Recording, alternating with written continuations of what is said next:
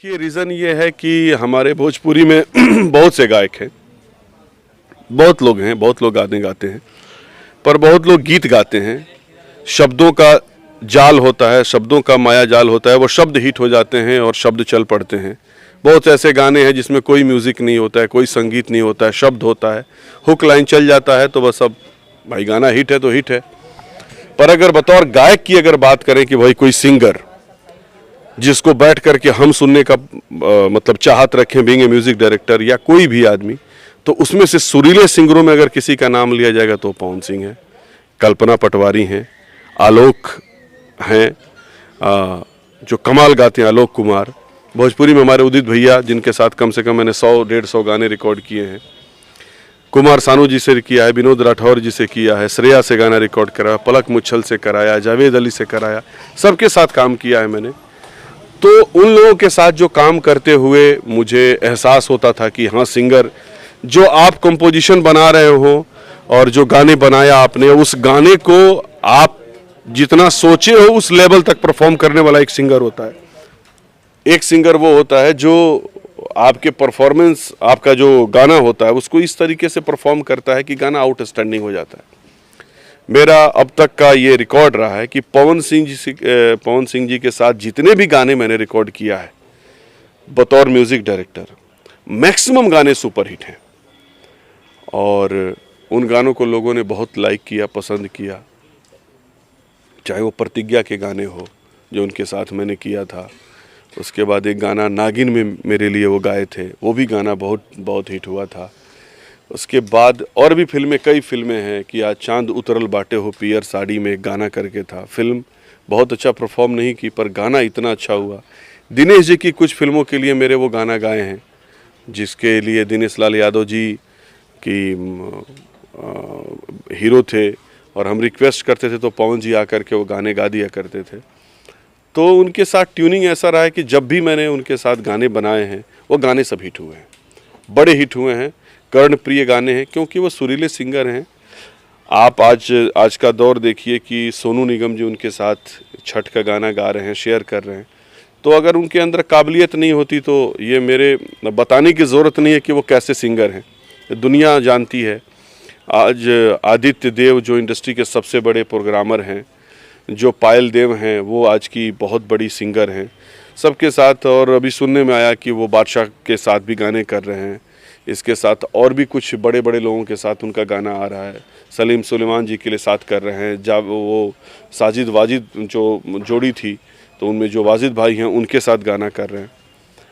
तो कर रहे हैं, वो बड़ा बड़ा काम कर रहे हैं, बड़े बड़े गाने कर रहे हैं, अच्छे सिंगर हैं और हमारी उनके शुभकामनाएं हैं कि और दिन दुनी रात चौगुनी तरक्की करें। उनके साथ एज ए म्यूज़िक डायरेक्टर काम करने का भी मज़ा है, एज ए डायरेक्टर भी काम करने का मज़ा आया और एक कंफर्टेबल जोन के आदमी हैं वो। बस ज़रूरत है आपको कि उनको समझने की। मुझे 4-5 दिन लगे उनको समझने में और मुझे भी वो समझ गए, मैं भी उनको समझ गया और आज एक अच्छी दोस्ती हो गई।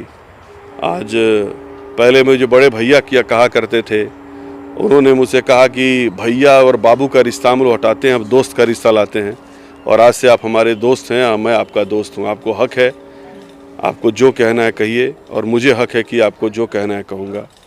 और अच्छा लगा मुझे उनके साथ।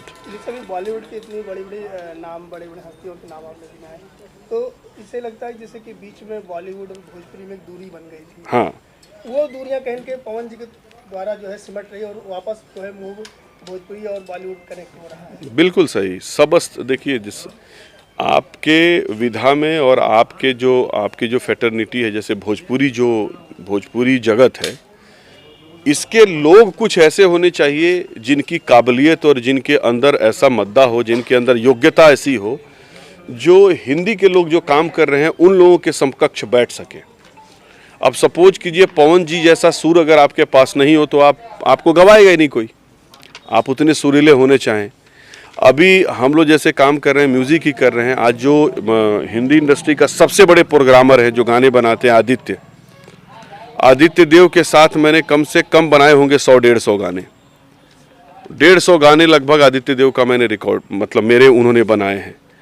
और जब उनका स्ट्रगल पीरियड था तो हम लोग साथ में काम करते थे। भोजपुरी के कम से कम 10 फिल्मों में उन्होंने मेरे फिल्मों के लिए प्रोग्रामिंग किया। तो मेरे भी जो जर्नी हुई, शुरुआत हुई, वो सुखविंदर सिंह जी से हुई। मेरे पहले गुरु सुखविंदर सिंह जी, उनसे सीखा मैं।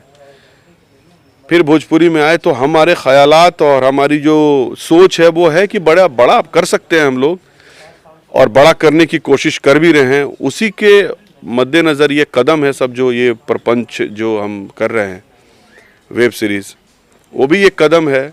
चाहे जो फिल्में मैंने किया वो सब भी एक कदम है। आपने देखा कि उन फिल्मों से लोगों का भी ग्राफ बढ़ा, मेरा भी ग्राफ बढ़ा, और प्लस भोजपुरी सिनेमा का भी एक, उसको मैंने धूमिल नहीं किया, उसको नीचा नहीं किया है। अगर मेरा योगदान है कि 2 पैसे की अगर मैं योगदान देकर के उसको बढ़ाया हुई हूँ, मैं उसके 2 पैसा उसकी इज़्ज़त कम नहीं किया हूँ।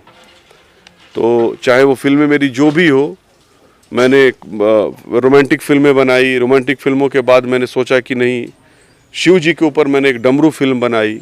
आज भी कोई भी पर्व होता है शिव जी से रिलेटेड, चाहे महाशिवरात्रि हो, चाहे सावन का महीना हो, तो फिल्म लगातार चलती रहती है।